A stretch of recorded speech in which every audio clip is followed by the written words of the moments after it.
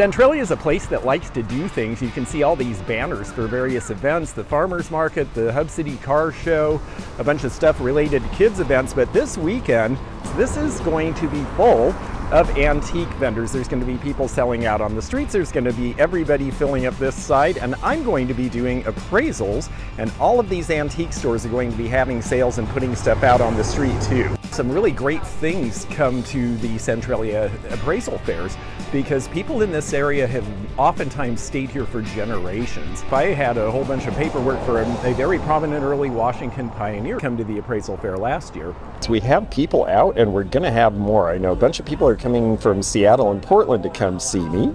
Good morning, everybody. It's great to see y'all, and I have been looking forward to this. I love doing this appraisal fair. I'm going to try to tell you value in our area, unless I think that it's an unusual piece that would sell for more in another location, in which case we'll talk about where that would be. So how did you get this piece that is apparently original signature Jackie Kennedy? J.B. West, my grandfather. Your grandfather. Oh, that's so great. It says for J.B. West, who did more than anyone else to make our White House years such unforgettably happy ones, with my devotion always. That's really neat. So what did J.B. West do? What was his chief usher? I think his title at he worked at the White House and he wrote this book. Very interesting. Upstairs at the White House, My Life with First Ladies. Wow, that's fascinating that there's a book regarding this. Here's another quote from her saying, I think he's one of the most extraordinary men I've ever met. And he talks about Mamie Eisenhower and how frugal she was. It's so cool. I mean, he's a best-selling author. He's got this background, and here you have a piece given to him by Jackie Kennedy. And I think all of that gets into what we start calling collection effect. Are these other items related? Presidential stuff. They're different things. I'll tell you what, let's look at the whole collection and then I'll talk to you about it. That's Dwight Eisenhower. Oh, this is one that he painted that wasn't a paint by number. Oh, that's very interesting. And yes, I see the signature down here. The individual pieces are worth something, but then all of it together, because of J.B. West and his story, becomes worth quite a bit more. And here are the proclamations signed by Harry Truman. Very nice. And this is the proclamation that we have gotten the final surrender from Germany. This is amazing, and it's on some sort of a parchment. From what I read, it was a Christmas gift to the White House staff. It's about 100. There are about 100 that were made. Yeah, that's interesting. Okay, that makes sense. I figured it was a small production, maybe for members of Congress or something, but if it was mainly for White House staff, that's an even smaller number. Yeah, that's all we brought. Very cool, but I imagine that there's a bunch more. Yeah, I do have a bunch more of these signed for him. I'm guessing that because this is your grandfather and this is pretty notable stuff that you're planning on keeping it. Well, I'm not sure. Some maybe more than others. Not all of it, yeah. Right, because there's quite a lot, and that happens sometimes. Individually, the signed piece, if it was signed to someone who just worked there and we didn't know who they were, I would say that it's probably $150 to $200. The fact that it's signed to somebody who was very important, influential, important to her, and who ended up writing a book about the subject, now I think you're looking at something that might be $500 to $700, which is pretty high for one of her autographs, just a picture like this, but it's because of the connection to him. Mm-hmm. And that's where this starts to get bigger. The Dwight D. Eisenhower painting, his paintings have sold for as much as a little over $5,000. And then you have the context of it being in the collection. Now, the painting that sold for the top value was where he painted Camp David in snow, and that's going to be specific to that's Camp David and it's the place and all that. I would think that this would be more likely to land somewhere in the maybe $1,500 to $3,000 range, depending. The proclamation from Truman, probably in the maybe few $100 range individually. The stuff you're going to keep, I would take whatever value we're talking and probably add 50 to 75 to 100% for insurance purposes to make sure you have sufficient coverage, because these aren't things that can be really reassembled. If they're gone, because they're one of a kind. As far as the retail value for the things that you wanted to sell, you do them as a collection if you can. and or at least get a pre-auction estimate from an auction house that deals in such things. They may suggest as you're grouping these items whether they think they are better off to be sold individually as a group in an auction, like we have several lots from this estate, or whether it's going to be worth more to sell them together because the one tells the story about the next. Show the book, it was his, I'm the grandson, we have this stuff, because that's going to clear up all sorts of like, are you sure it's real and where did it come from and all that, and you're going to get right down to the, let's talk about what this is worth and how we can sell it for you. Okay, sounds good. I hope that helps. The lady who bought most of this jewelry died about 15 years ago, and she was probably in her 70s. Ah. And she worked for J.C. Penney for years. That ain't all. These are Whiting and Davis, I can tell you right off. He knew it. Whiting and Davis. Oh, and there it is on the tag, yep. And you've got, these are great. These are really fun. So this is the cowl it would have worn like this. Get a costume to match those for Halloween. You know, these were so popular in the 60s. And you've got the nice lariat and the earrings. It's nice that you've got so many pieces in the set. I typically get I usually get about 45 for the cowl, 25 for the, I mean, this set's probably maybe $85 to $100 for that set, I would say. Now tell me how you got these. Oh, my brother bought a house back in Pittsburgh probably 25 to 30 years ago. These were just up in the attic. These were sitting in the attic in a house in Pittsburgh. Isn't that interesting? They had some other stuff that, some like posters or like Teddy Roosevelt and things like that they kept. That's neat. Brother said, "Oh, ship these out to me." So it's like, sure. How cool. Have you ever had them looked at before? No, they've just been sitting in a bedroom, just on display. And when we saw you were going to be here, it's like, hey, why not? We'll drive on down. Oh, that's really cool. Well, they're very interesting. They look like little cutlasses. The mark on here that says German. Yeah. But the interesting thing about that is that means it was made for export, because that's not what they call their country. Yeah. You can tell by the grip and the handle that these are 19th century because they have this wire wrap that goes around. This is something you see on a lot of Civil War swords. They appear that they actually were handled, but they've never taken an edge. And that's because these are really decorative. These are ceremonial. This is something that was meant to be worn when you were having your picture taken or dressing in a parade. It was not, and they're not military, to be hung, to be worn with a ribbon, that sort of thing.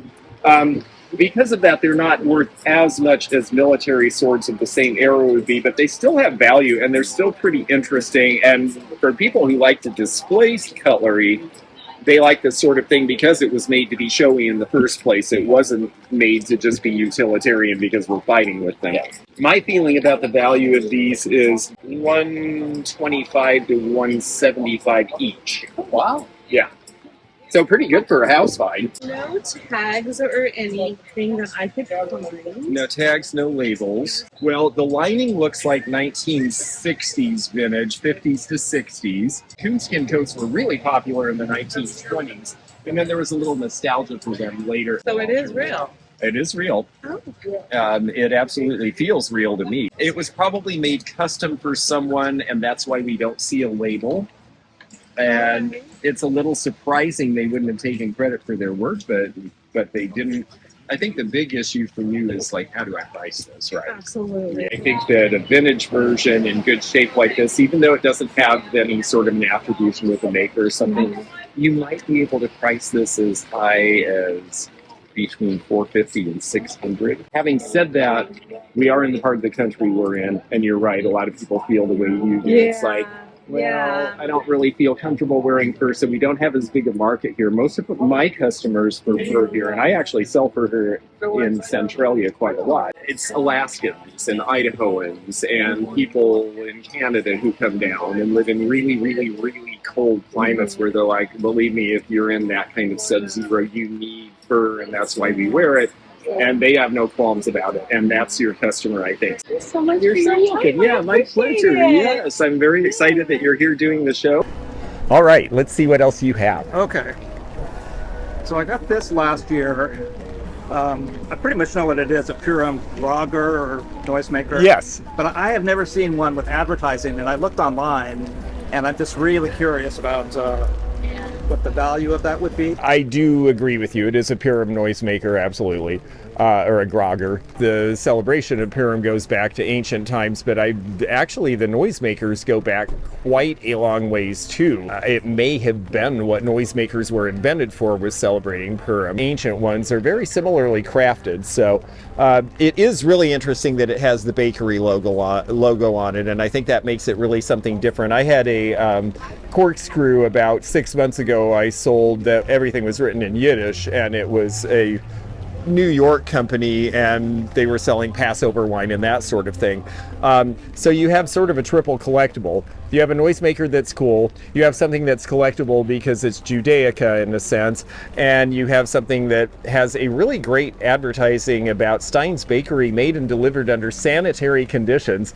The fact that they're using the term sanitary, and it says instead of kosher, yes, and it says established 1888, that makes me think that we're probably looking at 19 teens or early 20s. Yeah, that's what It's a really neat little piece. And do you mind me asking, since you got it at a garage sale, I'll bet you didn't pay a lot. a couple bucks. Couple bucks, that's amazing. Well, it's a great piece. You would probably sell this somewhere in the range of $150 to $195 if you were to put it online. These I just got last weekend, and I just kind of wanted a general idea. Sure. And I was fascinated. I do not collect stamps. Well, these are just kind of odd. They're 3D Oh, stamps. they're interesting. Actually, I like these. I had these when I was a kid. I've collected stamps since I was really young. These are what they call stock books. And a stock book is basically where you put things that you don't have a book to put in yet, or things that are your stock to trade in. But these are neat because they're, Umal Cohen is just a... Holographic. Yeah, they're holographic, and they're really a lot of fun, actually. This is in this time when countries start realizing that, if we make interesting stamps, that can be a currency for us. We can make money this way by selling them to the West. And they actually have the Olympic people. Same with coins. Yeah, same with coins. Yeah. No, this is actually a pretty fun set. I think this is more interesting than a lot of stamp sets we see. These are all Soviet stamps, with like the 50s and 60s. Yes. I just thought they were fascinating, and they have such interesting graphics. I think they're really interesting too. I used to collect these. I mainly collect United States now, but I do think the Soviet especially of the 50s and 60s, they're very modernist looking, but they also, they really show, it was very important to show your industrial might. And the funny thing is that Western countries then followed suit. Canada did a whole series on their industries as a result. It was sort of it's an interesting propaganda thing. I've never collected stamps before, but I saw these and they just really captured my imagination, and they were only $10 a book. Oh, well, that's actually a great price. And to be honest with you, these days, right now, the stamp market is in a horrible, horrible glut. By the 70s, what you end up with is a lot of mail order houses in this country where every time there's a new issue, we're going to send you one. Every time then the post office did first day of covers, and we just see scads of them because they just started printing them more and more again to raise money and to sell to collectors, and they really kind of killed their own market by oversaturation. They're probably worth 20 or 30 a piece. There's so many on the market right now, it's a bad time to be trying to sell. I just sold a giant, not well sorted, not important collection, but like a suitcase full, and we got under $100 for it. So it's the kind of thing I think that enjoy it, sit on it a while, wait for market conditions to change. Those are really interesting. I'm thinking that they might be seashore tourist pieces.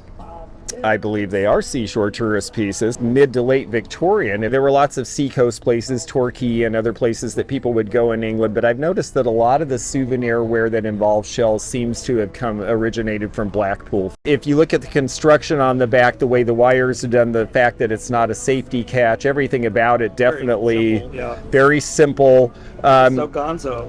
And so gonzo, yes. And the fact that they decided that it needed to have rhinestones on the outside, exactly. but they just have them sort of set on the ends of each prong, and they're all a little different, and they don't match exactly very well, which I find just really charming about them. I think they're really neat.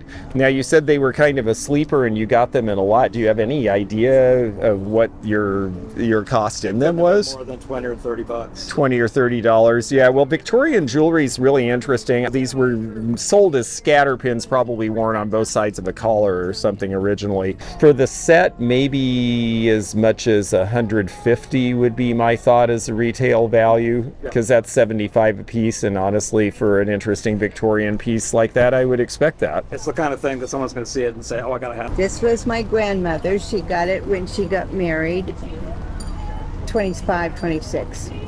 She got married in the 20s. Okay, Yes, very yes. good. And do you know who gave it to her? I do not.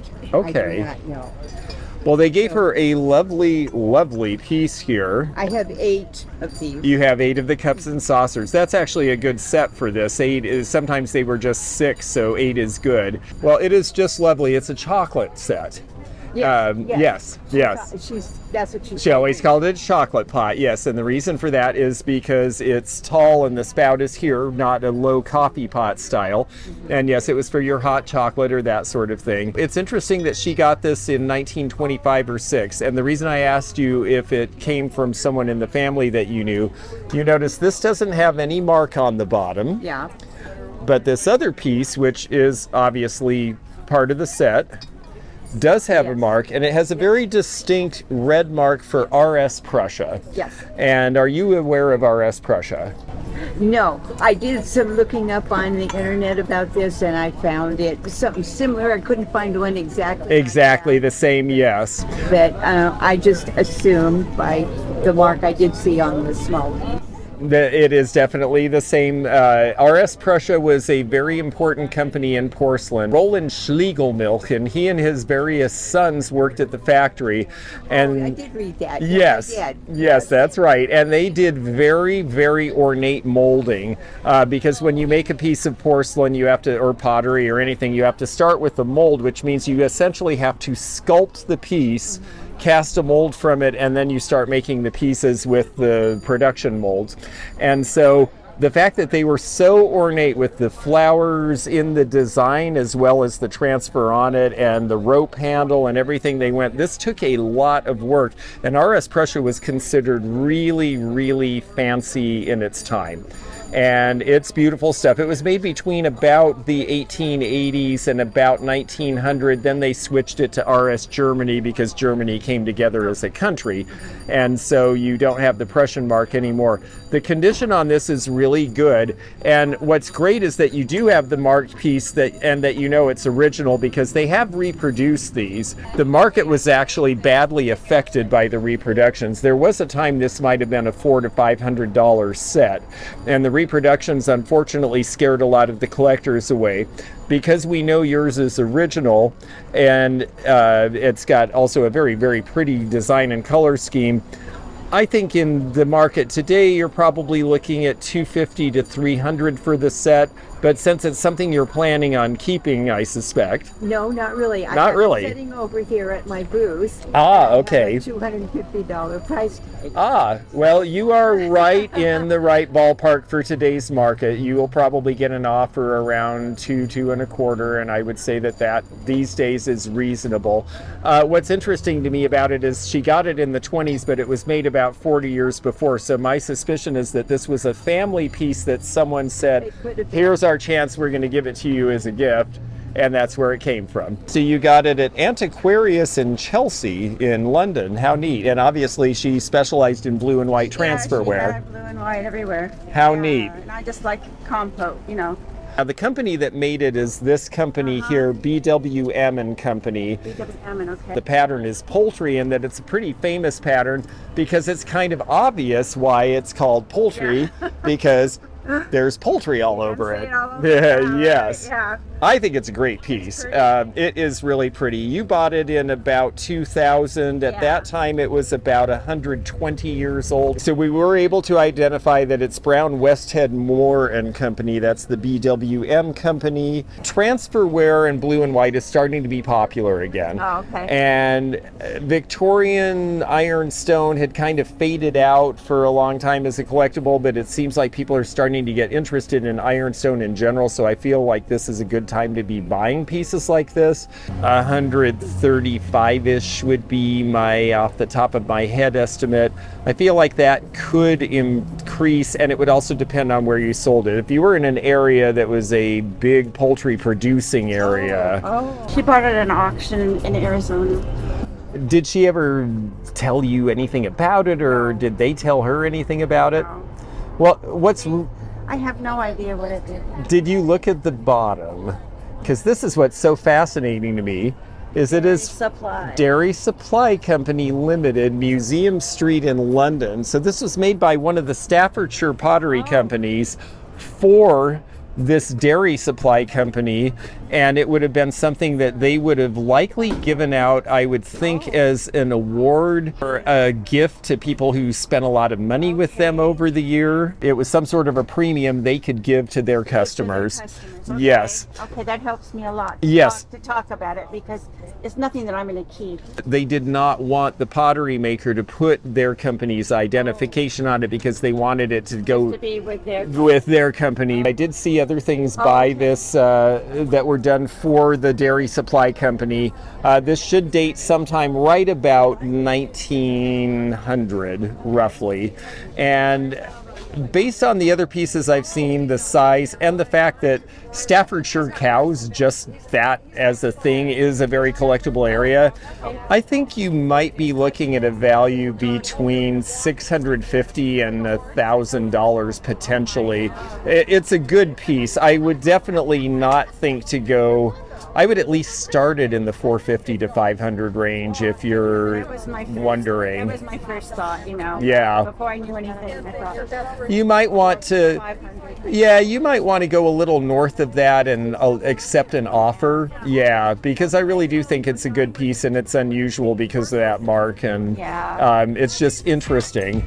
One thing I like about doing appraisal fairs is you get to learn things from other people too, and our friend Naomi is with us. I've been wondering, when I see these types of jewelry from India, what the stones are, and she is going to educate us here. So tell us a little about what these stones are we see, because this is a pretty good representation of stones you see in this type of jewelry, wouldn't you say? It's not a wide variety of stones, because most of them are agates, but there's different types of agates. Yeah, that's what I'm not clear on. Here with the striping, that's called a banded agate. Okay. Because there's banding that goes through the whole geode when it's... If you saw it as a geode, you'd see the whole band, yeah. Yeah, and this might be waterline banding. It's a little bit different from this kind. Right, I see it's very linear and straight and one over another. That's interesting. Yeah, and interesting that there are different colors too, but also the banded agates have a pretty even pattern of the lines. So this one, no lines. It's carnelian agate. Oh yes, I'm aware of carnelian. Yes. And carnelian is just the name of the color. Right. It's still an agate. It's still an agate, whereas carnelian itself it's a different kind of thing, but it's the same color, right? Yeah. And I think those two are carnelian agates also. Just a little different shade. Mm-hmm. Yeah. This looks like a moss agate. Yes, it's really hard to tell because it's dark and because of the lighting. And I didn't bring my flashlight, otherwise that might help. But if you look, there's nothing geometric about it. It's not linear or... No, there's no real patterning. Yeah. But if you look really closely, it looks like there's moss suspended in there. And then the other one seems like it's got some sort of a mottled look to it. Yeah, this one is a really beautiful stone. Very underrated, I think. It's in the family of turquoise malachite. And this is called chrysocolla. Chrysocolla is that sort of where it looks sort of geographic. Yep. and there you'll see red through it, like this line. And I recently had a chrysocolla ring. I loved it, but it was too big on me. It's a great color. Yeah, that had a bright spot of like chartreuse green, and you can get some really interesting fun. So there's some play in there. variation, Yeah. just like in turquoise then. And like with turquoise and malachite, it's, copper based. Yeah. So that's where it gets all those interesting colors from. Oh, so it's the copper in those that causes that. That's Exactly. very interesting. How did you study this? My parents have been naturalists Oh, all their lives. okay. And taught me a lot. That's another of my hobbies is rock hounding. That is fantastic. Well, thank you. This is what I think is so amazing about the collecting community. I know Naomi because of YouTube, and Naomi wanted to meet me, said wonderful things about all the things I taught her, and now here she is teaching me. And this is what's so cool about this business and collecting, and not really just the business, just the humanity of being collectors together, is that, we all learn from each other, we all help each other out, and that's a good thing because honestly, collecting can touch on any subject and any item that was ever made in the entire world. So when somebody tells you they're an expert, well, guess what? There are no experts because there is an infinite amount of stuff to learn, and it's just so much fun to be able to share like this. Was on Facebook, they were doing all those bid and win Right. things. Yeah. And I got hurt for $5. Yes. For $5, I would think, okay, it's going to be resin and it's going to be a felt base and it's not going to be. That's exactly what I thought. No. I got there, I was like, oh, okay. Medu, who is the artist that you see on the back, is French. Original of this would have been done sometime around 1870, 80, I believe. The good thing is that everything's complete and intact. There's no breaks or anything. This is a later version of the same. It's not one that he personally did, but it's still a really good piece. Look at the bottom and the way that it's finished with the big heavy bolts here. This finish technique is something that we see usually more likely 1920s era as far as production, I would think. By the 30s, the styles and tastes are going way away from this, and then you don't really see this stuff again until like Victorian revival in the 50s and 60s, and they look different too.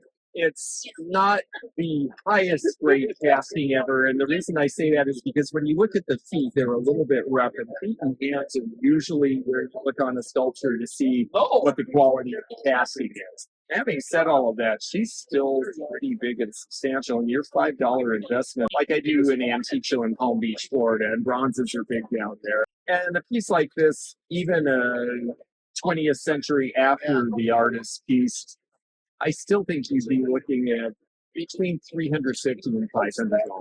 It's big, it's substantial, and it's a nice thing, and that is a wonderful thing. And I mean, I'm just always so pleased for people to find things so inexpensively. Just don't even understand, even as a starting price, how you would say, well, let's put it out at $5 and see if anyone bids on it, and not describe what it is and how you know, because I mean, and thank goodness they didn't do this.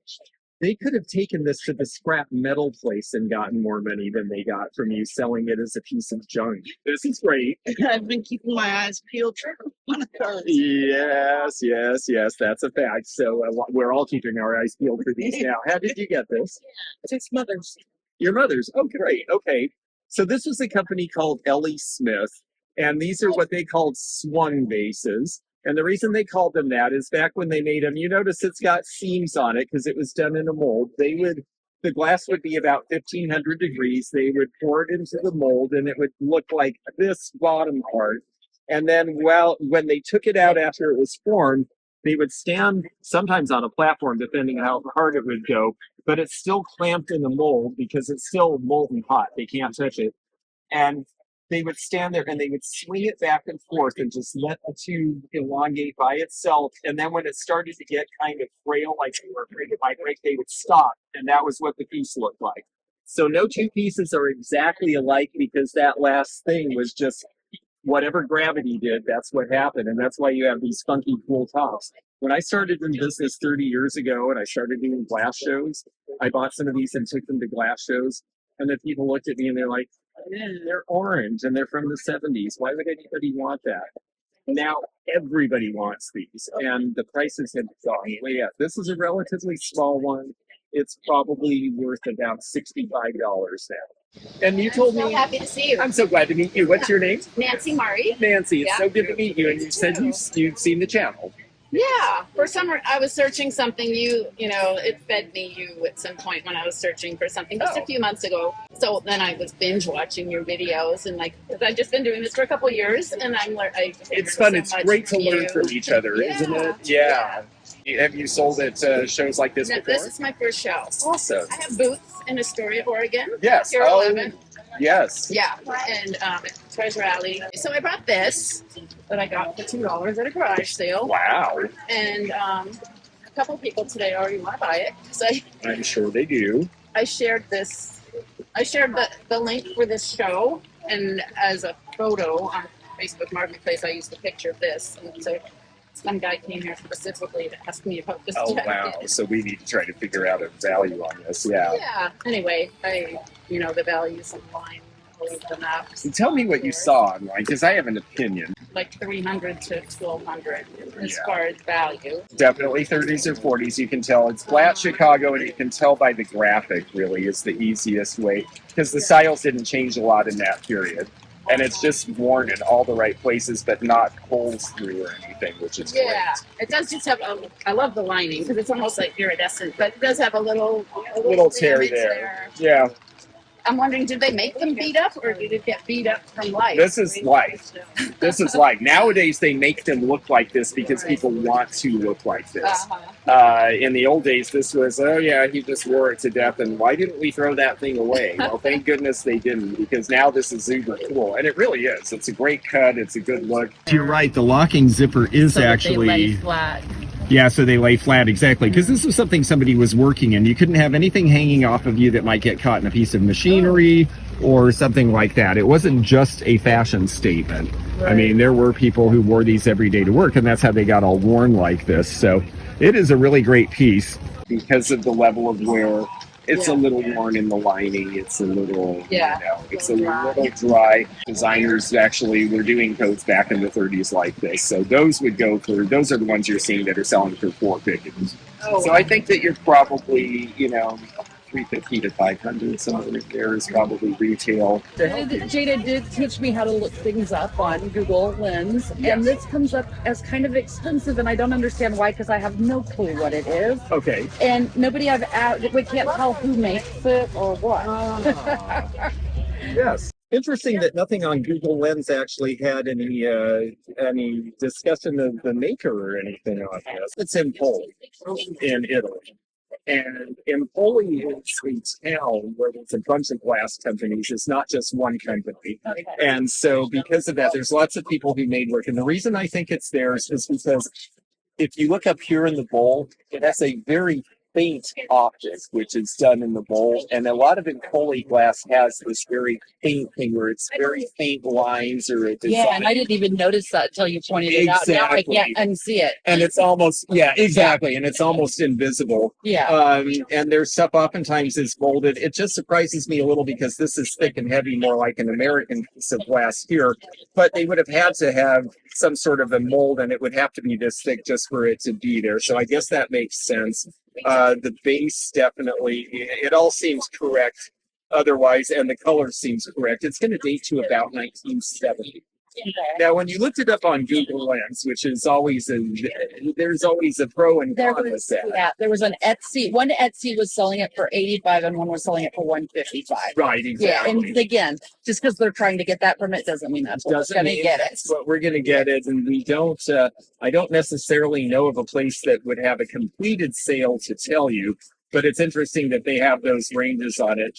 My inclination is to think that probably around the $85 number is an appropriate number. I think the $150 is a bit of a push because as nice quality as this is, the rest of it is just a basic molded piece. And as much as I like 70s colors, I have to say this particular shade of green, it's not quite as hot and vibrant as what a lot of the modernists seem to want. So I wouldn't go too crazy on it for those reasons, but I think you're in the ballpark.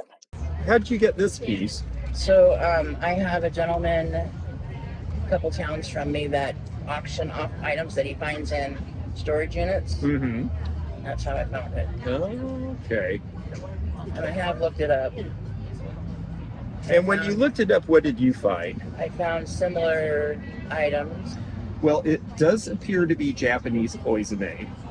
And I think Japanese rather than Chinese because the top is lightweight and has green enameling. And the Japanese would typically enamel their cloisonne to give it a little bit more weight to feel more like the Chinese. It's really neat that it's a miniature. If it had holes in it, it would be like a censer for incense, but it's just a nice little miniature jar. The era on it, I think, is a little earlier than it may look. I think it's early nationalist, so we're probably looking at something right around 1920s.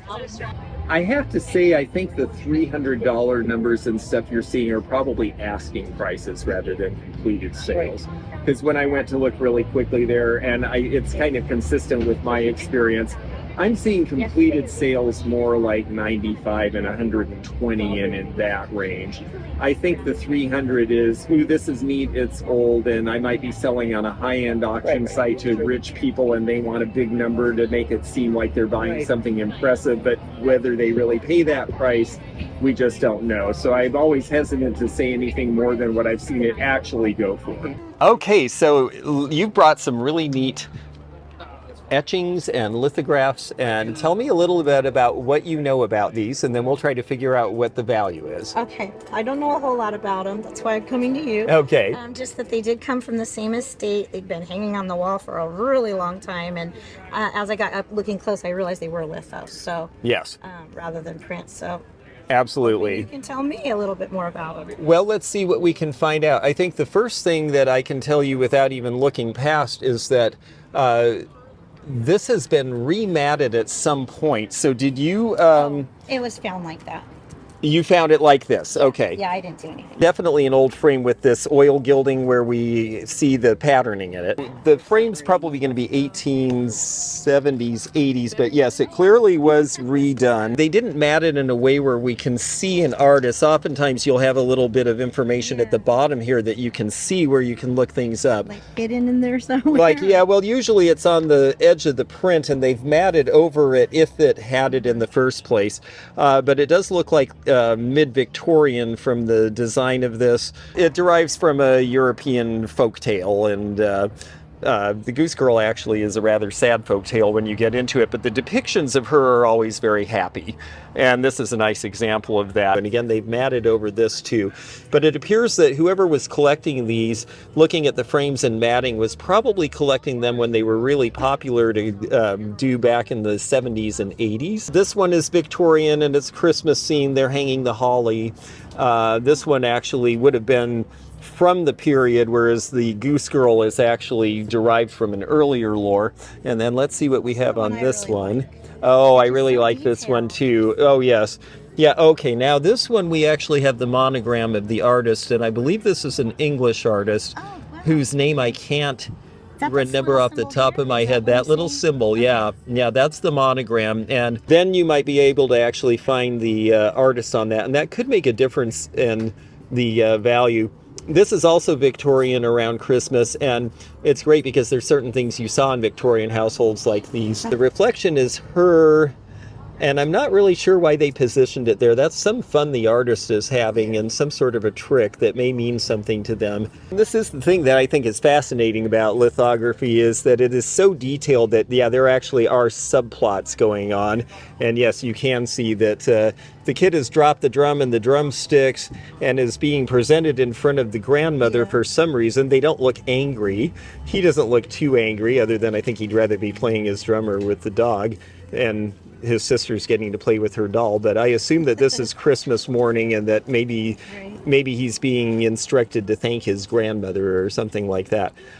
This is your monogram. I could not find, like you said, there may be more of it framed beneath. So they go down sometimes. Yeah, they do go down sometimes like that. Or in this one, we see the beginning of the signature here, where we see the, we see F and R, but we can't see past that.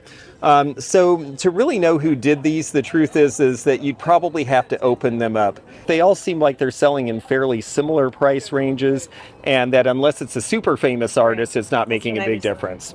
And to me, that range, because these are really nicely framed as well, you know, I'm thinking that 150 to 200 each is probably a realistic price, especially because they're holiday related. And I would actually, if you can, try to cast them in that light so that, so that somebody who isn't necessarily a lithography collector goes, oh, that's neat, that's holiday. I could look at that year round, or I would do that with my Christmas stuff. These I've been in my family forever. My grandmother came from Palermo, Italy, and as long as I remember, that's been on my mother's wall and my mother's wall, which is odd because I'm 100% Italian, and she has English things. So yes. English things. I'm thinking, do I have a great grandfather somewhere from England? But you know, they're just cute, and I love them, but they're so old in the back, and I just didn't know if this was a common thing they did when they came to America. The honest truth about your family and why do they have these things, we don't remember it now, thankfully, because it's changed, but when all of the people started coming in through Ellis Island, it was one of the largest periods of immigration other than the current few years we've been going through in the history of the country. And Italians were heavily discriminated against. Catholic, the Catholic religion was, well, you know, I don't know, the Pope might take over America if we let Catholics have anything to do with it. You know, there was a lot of bias. You were in the United States, and you were supposed to be an American. And if you were striving to be an American, well, you didn't necessarily surround yourself with a whole lot of stuff that displayed your ethnicity. Whether it was Italian or Norwegian or whatever it was, the idea is you were supposed to integrate and be like us. So we don't want to see your house full of a bunch of stuff from the old country. And so a lot of people really kind of neglected their own heritage on purpose. This guy is pretty famous. His name's Lawson Wood. He was a commercial artist. In the Second World War, he did a whole bunch of stuff that was monkeys doing various things, including a lot of it was, and other animals, but they would do like advertising blotters or calendars, but they would also do signs, and a lot of it started with the monkeys because it was the hear no evil, see no evil, and what they were trying to do is say, keep your mouth shut. It's the war. Don't talk about our business. Don't gossip. Don't discuss secrets. And so he became famous for those. But before that, he did this. And what this is, in the 1880s, in front of, Carling's was brewed up in Canada, and in the 1880s, there was a famous picture taken with all of the policemen sitting there having a beer outside of the brewery. And this was it. And based on that, he ended up doing it as a drawing, and Carling's Brewery basically hired him to do it because they thought it was so interesting. So 9 pints of the law, and they're all sitting there drinking Carling beer in front of the brewery. It's a pretty famous image. You see it a lot of advertising and Breweriana collectors like it, and it usually sells for, somewhere in the $100 range. You would think even more, but actually there's a lot of them around because they were really popular. Now, the one thing, if you're gonna keep this, I would strongly recommend taking this backing of cardboard out. And and it gets yellow, and the yellowing will start to spot the picture. And so you want to take that out and replace it with acid-free matte. Oh, looky. Well, this is so interesting because you said that David Harper from BBC, who I have not met yet, but I'm supposed to interview with, had looked at this and felt it was real. From pictures I sent. From pictures, yes. So let's take a look and see what we can establish. So here's some clues as far as originality. The first thing I would say is that it definitely is the right era because there is the correct oxidation on the back. It's not fully darkened everywhere because this was against something. So some of this got more more exposure to the elements than other pieces. And the ship sank in the late 1800s. Right, and it was off of Astoria, and they never could get the wreck dislodged, I don't believe. I think it just sort of got bashed to bits eventually over time. What was the other famous one that I just did an appraisal yesterday of a painting of? That's right, yes, I had a painting come in yesterday from that, and I guess there's still a little bit of that you can still walk out to. I guess most of it has fallen down now, but they had pictures of them when they were kids playing on what was left of the superstructure. I definitely think it's real. There's a lot of things that seem consistent with age. Piece of metal was where they had hung it, but it was sharp, so I took it off. It was just a little piece of wire where they had hung it. Sure, and that was just somebody later who wanted to do, because that's what I was looking at. I thought, okay, those nails don't belong there. That was for later use. The curator and his assistant looked at all of these nails, and that's what they're confused about, because they said there was a nail changeover on head shape or something. There was between square and round. Square is typically a little older than this. Usually 1870s and earlier is when you see square nails. The square nails were because in the old days they had to be forged, and it was easier to do a square. Why would you bother doing a circle? You're just pounding it in anyway. But then later on, when they had manufacturing that did it, it was actually cheaper. Why would you use those ends and make a square if you could do a circle? So that is why you have the difference. And these are round, and they do seem consistent with about 1880s, 1890s. Do you think that these were hand cut because they kind of look different from each other? Like if you look at the O's, they look. Yes, I do believe they were hand cut. You can especially tell in the M here, because if you notice, this opening is not quite the same as this. Oh yeah, you're right. Yeah, so somebody, they probably had a stencil or a die that they were using, but it's not exactly done. So there was handwork done in that, which makes sense because, again, you're only going to make so many signs for a ship, so why would you develop a piece of equipment to make them all identical? It wouldn't make any sense. I think it could have been from a lifeboat as opposed to somewhere on the ship. They said it could maybe be above the captain's cabin, on maybe a little mechanical compartment somewhere, or how it's shaped on a lifeboat. I would say that it was more likely to be somewhere where it could be seen by the people on the ship regularly or the public. So I wouldn't expect it to be above the captain's berth. Okay. And I wouldn't expect it to be on a lifeboat because this would be too much effort to do for a lifeboat. Okay. I would expect that this would have been on board ship somewhere, maybe over a doorway into the bridge or something like that. Okay. I would not expect this to have been on a lifeboat because the lifeboat, usually they just stencil painted something on, because hopefully they weren't using the lifeboat, so they wouldn't have gone to this level. And also because at one point, obviously they screwed it in with something, but they felt it was important enough to do like a diamond escutcheon.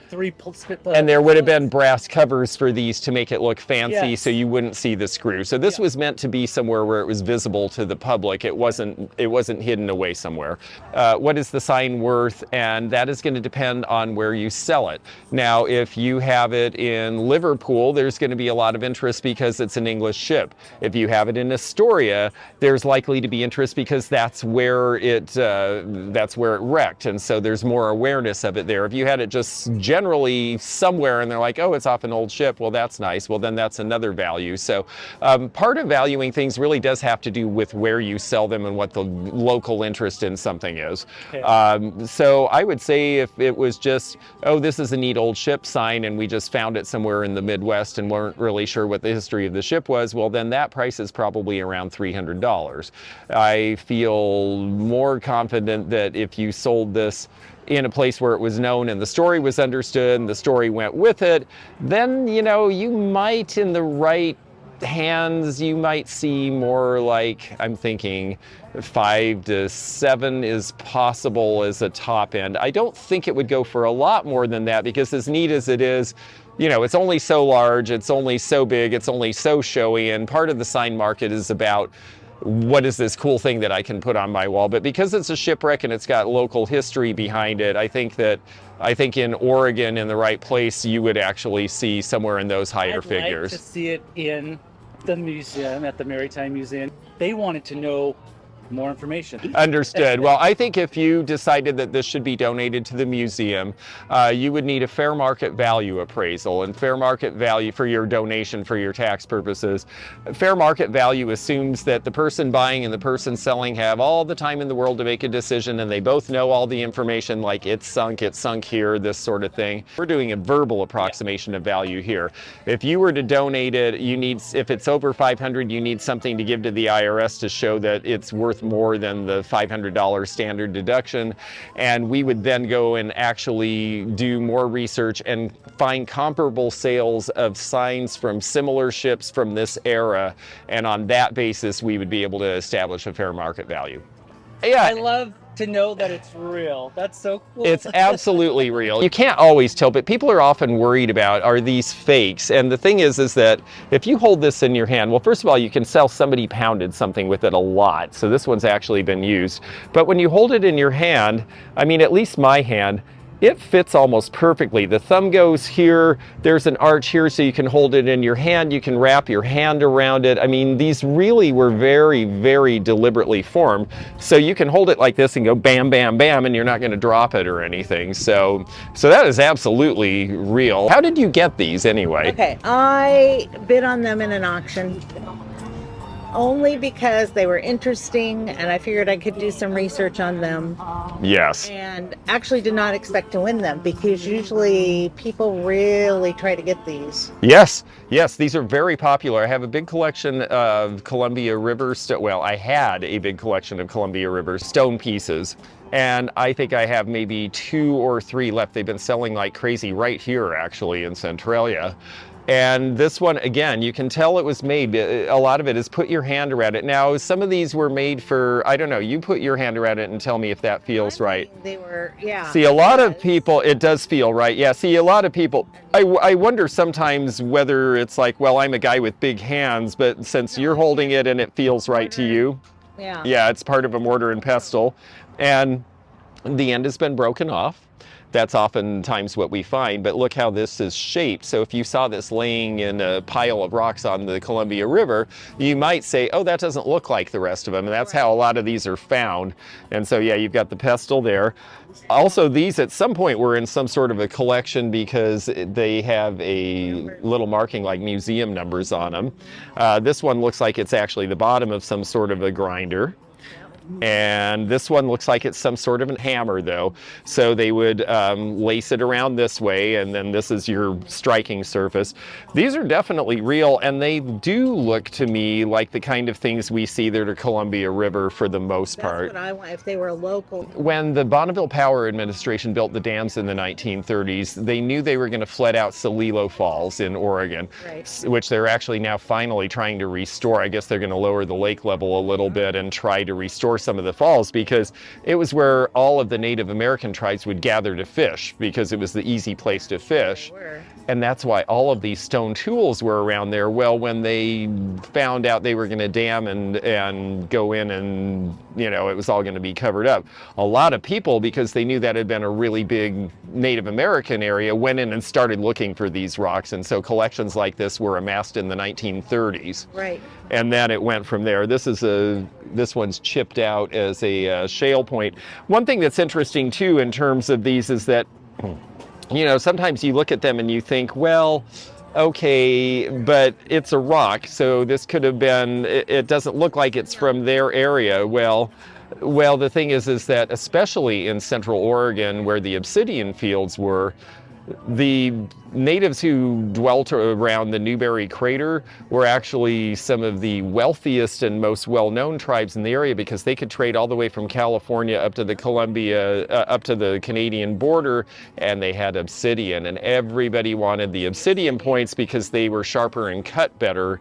And so you see obsidian points all over the West Coast that came from Newberry crater because they were trading. So this stuff does sometimes migrate away from where it was from. Here's a very small little hammerhead, but you've got the striation in it, so you know that it was carved so that they could wrap it. With a lot of these now, like arrowheads and stuff, the trick to look for is what they call riffling, and that is Did they chip it all in one direction, which is what they do with fakes, or did they go from all different sides and the chipping is to get the sharp? And that's how you can tell real, because the fakers won't take the time to do it, whereas the Native Americans did.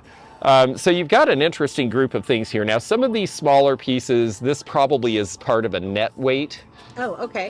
Some of these that are sort of oblong, and you're like, but what would they do with that? Well, that was to hold the net in place so that when the fish came in, it didn't tear the net down. Right. So some of those are more modest. I mean, I'm usually seeing prices 25, 30 on those kinds of things.